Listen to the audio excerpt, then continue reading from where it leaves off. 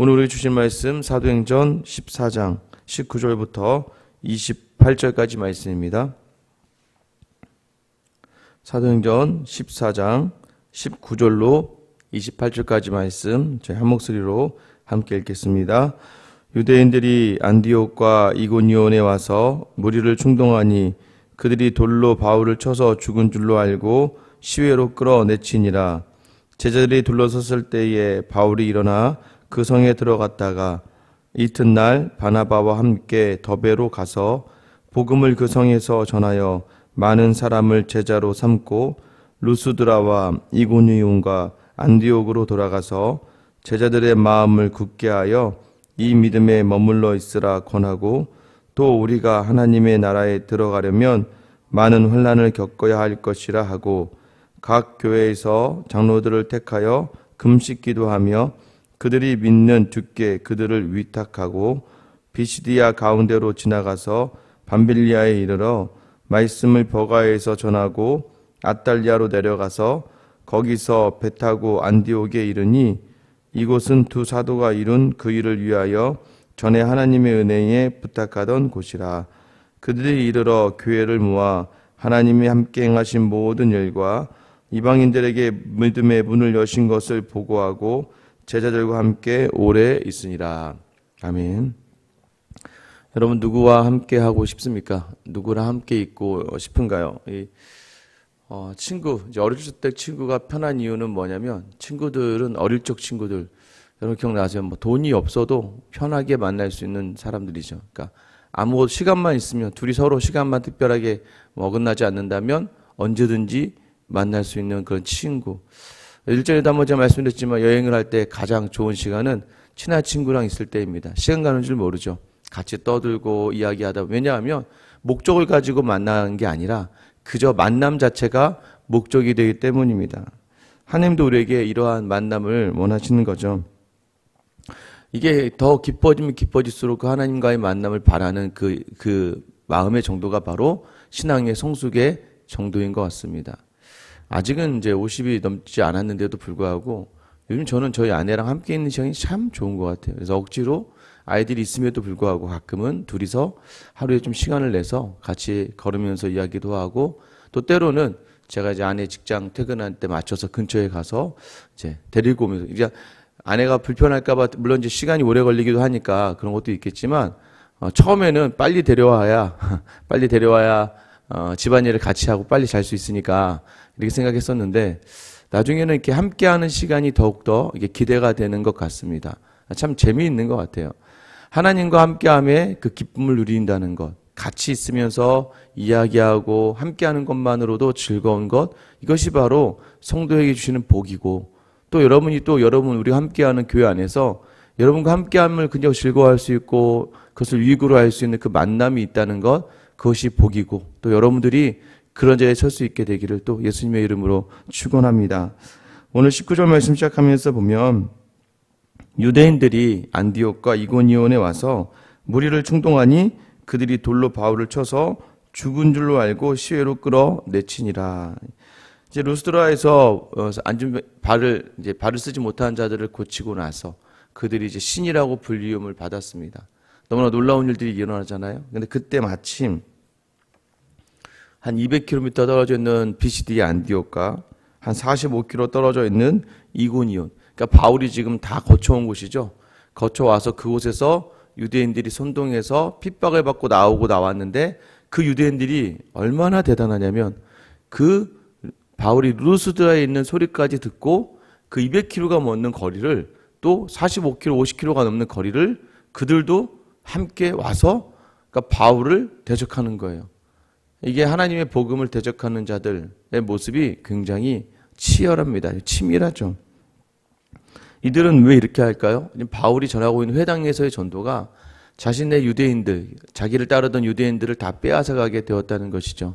루스드라에 와서 이들이 지금 여기 이곳에 있는 마을의 사람들을 충동했던 가장 큰 이유 중에 하나는 뭐냐면 너희 제우스 신을 섬기는 신전이 있었다 그랬잖아요. 어제 제우스 신전에서 사람들이 나와서 소와 화환을 가지고 바울을 헤르메스 또 바나바를 제우스라고 하면서 섬기려고 했다고 했잖아요. 그러니까 여기 이 지역은 제우스 신전이 있는 지역입니다. 그들의 이야기겠죠. 니네가 지금 모르는데 저 바울과 바나바 때문에 제우스 신을 섬기는 모든 사람들이 이제 저 바울과 바나바가 믿는 하나님을 섬기게 될 것이다. 그러면서 그들을 충동하게 되니까 그 아직도 그 지역에 힘을 가지고 있었던 이 제우스 신전에 관련된 사람들이 충동질을 받고 이 바나바와 바울을, 특히 바울을 끌어다가 어떻게 했습니까? 돌로 쳐서 내쳤다라고 이야기합니다. 특별히 여기선 바울 한 사람으로 등장을 합니다. 여러분, 이들이 왜 바울을 죽였습니까?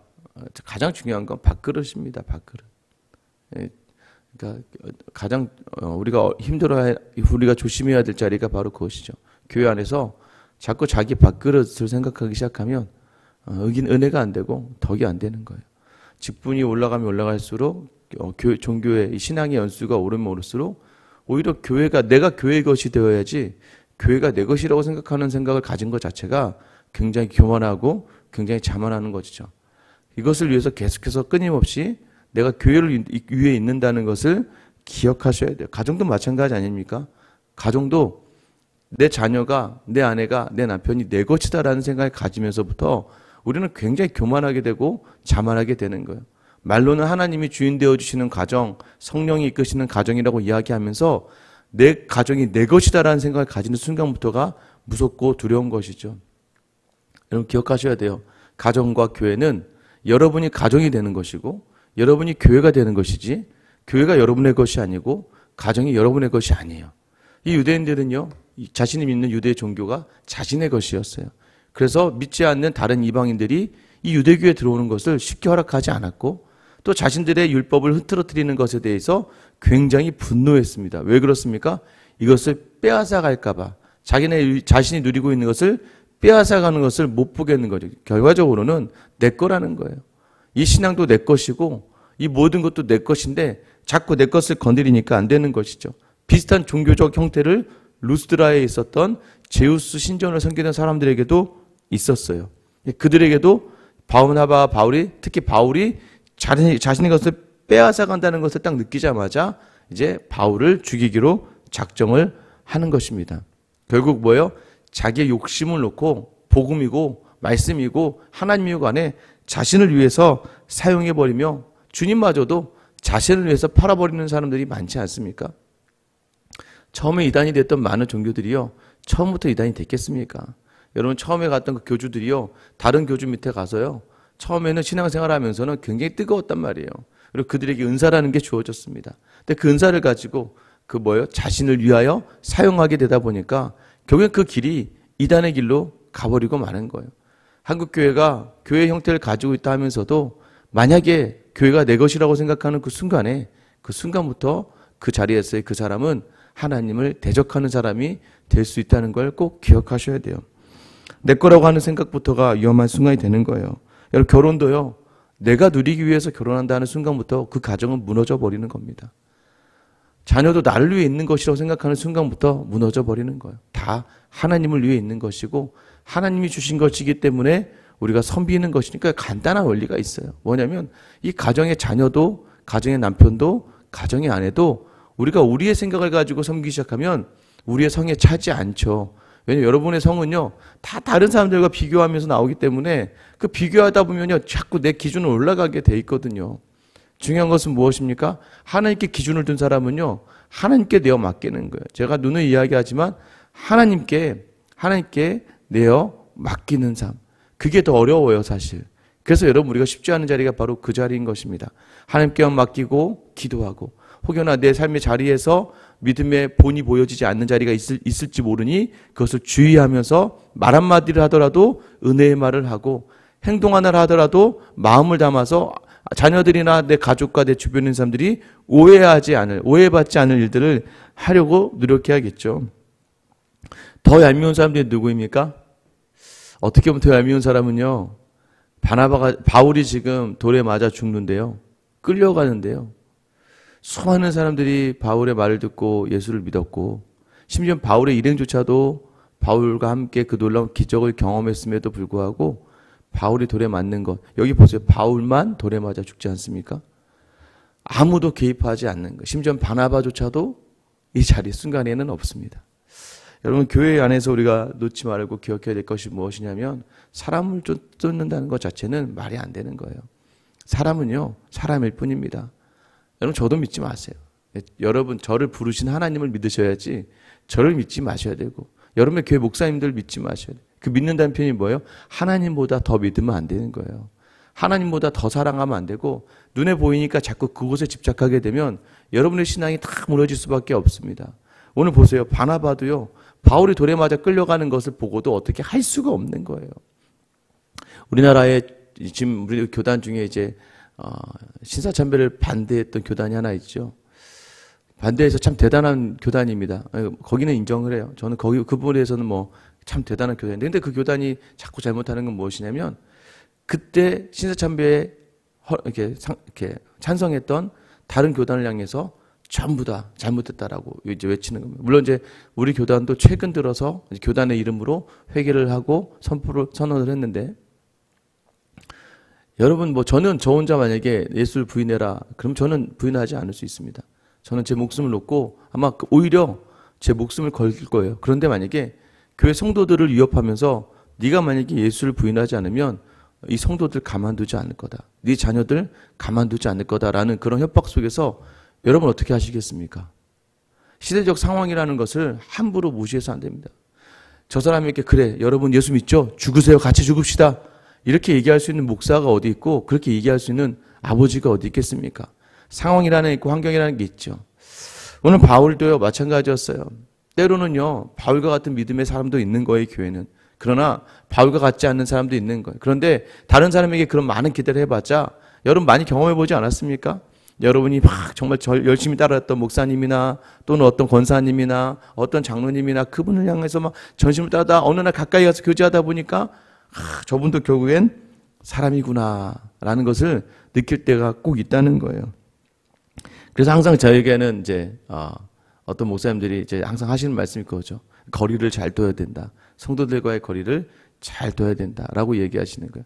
너무 가까이도 또 너무 멀지도. 근데 그게 너무 어렵죠. 그게 어느 정도 거리가 어떤 정도의 거리가 좋은 거리인지는 사실 잘 모르겠습니다. 그러나 제 마음에 진실되고 제 마음에 하나님 앞에서 정직하게 제 사심을 채우지 않고 그렇게 나아간다면 뭐 저는 다 된 자리가 되지 않을까 생각은 하지만, 물론 아직도 저도 이제 목회를 더 경험을 해봐야겠죠.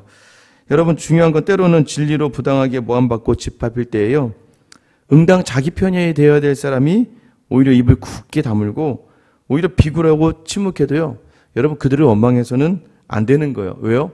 여러분의 신앙의 시작이 어디서부터 시작됐는지를 놓쳤기 때문입니다. 그 사람들 때문에 실족한다? 그 사람들 때문에 마음이 무너진다? 여러분, 그건 여러분 하나님을 놓친 거예요. 특별히 오늘 이곳에 있는 여러분들에게 다시 한번, 우리가 이 자리에 있는 이유는 그 사람들 때문이 아니기에 흔들리지 마시고 모든 사람은 다 그러한 거예요. 바울이요, 그런 상황을 이미 알고 있었습니다. 그래서 제 같았으면 돌에 맞고 나서 누웠다 일어났으면, 야, 때린 돌 던진 놈도 미흡지만 돌 던질 때 아무것도 안 한 제자들이나 형제나 동료들이 더 얄미웠을 것 같아요. 그러면서 그냥 에이씨 하면서 그만두고 갔을 것 같은데, 바울은요 20절에 보면 제자들이 둘러섰을 때 일어났다고 이야기합니다. 여기 일어났다는 표현이요, 놀랍게 부활하다라는 의미가 있어요. 소생하다라는 의미인데요, 그러니까 그들에게 보여준 거예요. 돌에 맞아도 죽지 않고, 죽은 줄 알았는데 사명이 있으면 죽지 않는다. 하나님이 주신 사명 안에 살아간다는 걸 바울은 자신의 돌에 맞아 죽었던 그 순간을 통해서조차도 제자들에게 보이고 있고요. 또 하나는 뭐예요? 다시 돌에 맞을지 모르는 그 성으로 들어간다는 거예요. 왜요? 그 성에 바울이 잡혀간 것으로 말미암아 두려워하고 끝났다라고 느껴질 사람들이 있잖아요. 그 성도들에게 하나님께서 함께 하시면, 이렇게 보호하시면, 아무리 돌에 맞아도 하나님이 하시면 그 사명을 이뤄내는 자리로 이끌어내신다는 걸 보이기 위하여 그 성으로 향하는 거예요. 더 나아가서는요, 이 성으로 돌아갔던 유대인들이 이렇게 얘기하지 않았겠습니까? 야, 바울 그 잘난 체 하더니 루스드라에서 사람들에게 끌려나가서 돌에 맞아 죽었다. 이 소문이 퍼졌을 거예요. 그러자 바울이 다시 자신이 사역했던 곳으로 갑니다. 루스드라와 이고니온을 다시 향하고 다시 안디옥, 비시디아 안디옥에 가서 자신을 보이고, 특별히 비시디아 안디옥, 처음에 자기가 들어가서 복음을 전했던 그곳에서 제자들에게 뭐라고 이야기합니까? 22절에 제자들의 마음을 굳게 하여 이 믿음에 머물러 있으라 권하고, 여러분 마음을 굳게 하여 이 믿음에 머물러 있으라. 또 우리가 하나님 나라에 들어가려면 많은 환난을 겪어야 할 것이라 하고, 마음을 어디에 두라고요? 마음을 굳게 하라고. 어디에 둔 마음을 굳게 하라는 겁니까? 예수님이 말씀하셨죠. 내 마음을 다하고 목숨을 다하고 뜻을 다하여 주 너의 하나님을 사랑하라. 하나님께 사랑했던 그 마음을 굳게 해라. 비록 내가 고난을 당한다 할 때라도 흔들리지 말아라. 그리고 왜요? 바울이 이 말이 참 우리 마음을 어렵게 합니다. 왜요? 하나님의 나라에 들어가려면 많은 환난을 겪어야 한다. 왜 환난을 겪어야 합니까? 예수 믿는 게 이렇게 힘든 건가? 예수 믿는 게 이렇게 너무 어려운 건가? 여러분 그렇게 생각하시면 안 돼요. 여러분 그렇게 생각하시면 마치 우리가 이것들 마치 인내로 감당해야 될 당연성이 있는 것 같지만, 사실 하나님 나라에 들어가기 위하여 우리가 환난당한 이유는 우리의 죄 때문입니다. 우리가 가지고 있었던 죄, 그 죄를 인해서 우리가 이 땅에 살아가면서 환난을 당하는 거지. 사실 보세요. 여러분이 받는 고난과 환난의 가장 큰 이유는 무엇입니까? 예수님이 우리의 죄를 모두 해결해 주셨어요. 그러면 우리는 계속 평안을 누리고 평강을 누려야 되는데, 주인 되신 예수님을 자꾸 놓치고 세상의 욕심을 따라가고 세상에 비교를 하고 세상과 판단을 하는 그 죄로부터 우리에게 있어서 환난이라는 것이 있는 거예요. 또 하나는 무엇입니까? 예수님을 온전히 알지 못하고 예수님을 온전히 바라보지 못하는 우리의 사명의 부족이고 신앙의 미성숙을 우리가 바라봐야 되는 것이죠. 결국 그들을 놓고 이제 교회 장로들을 택하여서 금식 기도를 하게 됩니다. 그 정도로 간절한 상황이에요. 왜냐하면 계속해서 너희를 핍박할 것이기 때문에. 여러분 2000년 전부터 오늘에 이르기까지 정말 제대로 된 교회는요, 세상의 핍박을 받지 않은 교회가 아니라 세상의 핍박과 박해 속에 있었던 교회가 온전한 교회였다는 것을 기억하셔야 돼요. 왜요? 세상의 흐름을 따르지 않고 세상의 풍조를 따르지 않고 세상을 반하여 하나님을 바라보며 살아가는 그 모습을 세상이 꼴불견스러워 여기고 세상이 우습게 여기고 세상이 비판했기 때문입니다. 그러나 그 와중에 그러한 것들 속에서도 믿음을 지켜냈던 많은 교회의 성도들은 그렇게 그 시간에 하나님을 온전히 드러낸 삶을 살았던 온전한 교회의 모습이었다는 거예요.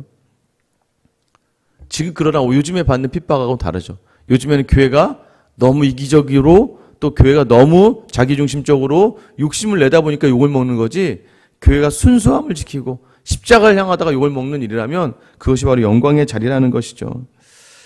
결국에는 그들이요, 이제 다시 배를 타고 비시디 안디옥에서 나와서 더베로 갔다가 배를 타고 처음 자신을 파송했던 안디옥으로 향합니다. 이제 터키 위에 있는 처음 자신의 교회로 향하죠. 다시. 자, 그곳을 향하며 나아가서 이제 그들이 27절 보면 그들이 이르러 교회를 모아. 여러분 보세요. 교회는 무엇입니까? 교회는 건물이 아니라고요. 교회를 어떻게 모읍니까? 교회는 성도의 모임이 교회이기 때문에 교회를 모았다라고 이야기하는 거예요. 그래서 교회를 모읍니다. 성도들을 모아서 하나님이 함께 행하신 모든 일과 이방인들에게 믿음의 문을 여신 것을 보고했다라고 얘기해요. 간증한 거죠. 하나님이 하신 일에 대해서 또 그것에 대해서 간증을 했습니다. 그래서 28절에 보면 제자들과 함께 오래 있으니라. 여러분 이 함께 오래 있으니라는 표현은요, 우리가 이제 옛날 얘기하다가 마지막에 어떻게 해요? 오래오래 행복하게 살았답니다. 뭐 이런 얘기 있죠. 그런 거와 비슷한 의미입니다. 제자들이 모여서 하나님의 일을 이야기하면서 너무나 행복하고 너무나 좋으니까 그 시간을 오래오래 함께 하고 싶었다는 거예요. 시간이 가는 줄도 모르고 하나님에 대한 일을 이야기하면서 너무 좋아. 듣는 자들도 이야기하는 자들도 그 시간이 너무나 행복했다는 것을 이야기하는 거예요. 여러분, 저는 여러분들이 늘 함께 성도들이 모인 자리에서 뭐 다른 세상적인 이야기도 뭐 집값이 올랐네, 뭐 우리 딸이 뭐 애를 낳네, 뭐 애가 뭐 똑똑하네, 뭐 어느 직장에 갔더니 뭐가 직장이 잘 되네, 사업이 뭐 잘 되네 안 돼, 이런 이야기로 여러분이 함께 있는 자리가 아니라 하나님이 행하신 일로 말미암아 서로의 삶에 역사하신 하나님의 일을 이야기하면서 정말 함께 행복할 수 있는 시간을 누릴 수 있기를 축원합니다. 성도들의 모임에는 이런 자리가 있어야 되는 거예요. 그래야 기쁜 거예요. 그런데 이런 자리가 어떻게 이루어집니까? 내가 하나님 나라를 향하여 그 고난의 길을 겪고 난 다음이라는 거예요. 내 생각과 내 뜻이 아니어도 하나님이 행하신 일로 인정하며 그 가운데에서 하나님이 반드시 지금도 일하고 계신다라고 하는 확신을 갖고 무엇보다도 그곳에서 사람들에게 기대지 아니하고 온전히 하나님이 행하신 일들 속에서 하나님을 볼 줄 아는 사람, 그래 끝까지 십자가를 놓치지 않는 그 사람, 그리고 내게 행하신 일들로 말미암아 많은 사람들에게 하나님 일하신 것을 나눌 수 있는 그 모임, 그 공동체가 바로 하나님의 나라를 이루는 공동체이고 하나님이 원하신 하나님의 사람입니다. 결국 뭐예요? 우리에게는 여전히 고난이 따를 수밖에 없다는 거예요. 믿음으로 산다는 것은 육체의 고난이 함께할 수밖에 없습니다. 그러나 그 육체의 고난 이후에 함께 누릴 너무나 큰 행복이 우리에게 허락되어져 있다는 것을 기억하시면서 오늘 하루 여러분들 하나님 행하신 일과 복음을 받는 영혼들을 기쁨으로 바라볼 수 있는, 그래서 하나님이 함께하고 싶은 사람이 여러분이 되고 다른 성도가 함께하고 싶은 사람이 여러분이 되어서 늘 하나님 앞에서 하나님 나라를 누릴 수 있는 여러분이 될 수 있기를 예수님의 이름으로 축원합니다. 이상 함께